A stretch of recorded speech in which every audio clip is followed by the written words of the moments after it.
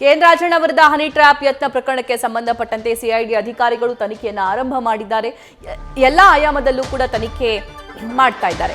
CID DIG Vamshi Krishna ಹಾಗೂ SP Raghavendra, DYSP Keshav ಅವರಿಂದ honey trap case ತನಿಖೆ ಆಗ್ತಾ ಇದೆ.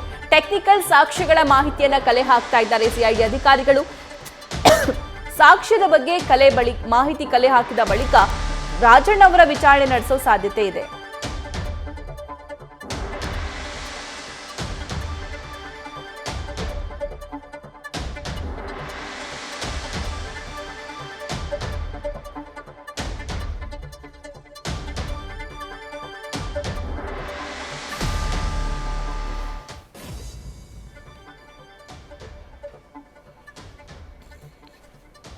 ಸಿಐಡಿ ಅಧಿಕಾರಿಗಳಿಂದ ರಾಜಣ್ಣ ವಿರುದ್ಧ ಹನಿ ಟ್ರ್ಯಾಪ್ ಯತ್ನಕ್ಕೆ ಪ್ರಕರಣಕ್ಕೆ ಸಂಬಂಧಪಟ್ಟಂತೆ ವಿಚಾರಣೆ ಆಗ್ತಾ ಇದೆ.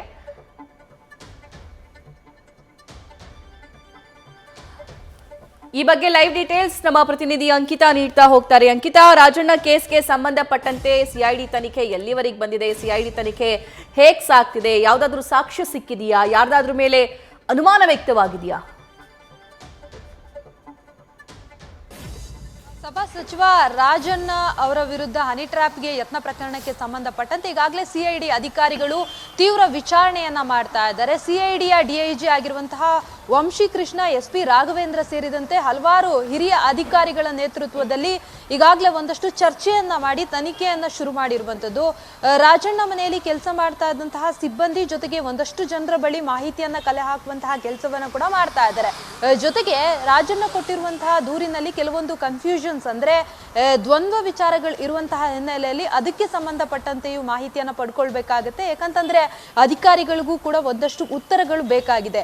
ಆ ನಿಟ್ಟಿನಲ್ಲಿ ಅವರ ಬಳಿಯೂ ಕೂಡ ಮಾಹಿತಿಯನ್ನ ಪಡ್ಕೊಂಡು ಅಧಿಕಾರಿಗಳು ವಿಚಾರಣೆಯನ್ನ ಮಾಡ್ತಾ ಇದ್ದಾರೆ. ಈಗಾಗಲೇ ಸಿಐಡಿ ಅಧಿಕಾರಿಗಳು ರಾಜಣ್ಣ ಮನೆಯಲ್ಲಿರುವಂತಹ ಕೆಲವೊಂದು ಸಿಬ್ಬಂದಿ ಏನಿದ್ದಾರೆ ಅವರ ಬಳಿಯೂ ಕೂಡ ಹೇಳಿಕೆಯನ್ನ ದಾಖಲಿಸಿಕೊಳ್ಳೋದಕ್ಕೆ ಎಲ್ಲಾ ರೀತಿಯ ಸಿದ್ಧತೆಗಳನ್ನ ಕೂಡ ಮಾಡ್ಕೊಂಡಿದ್ದಾರೆ.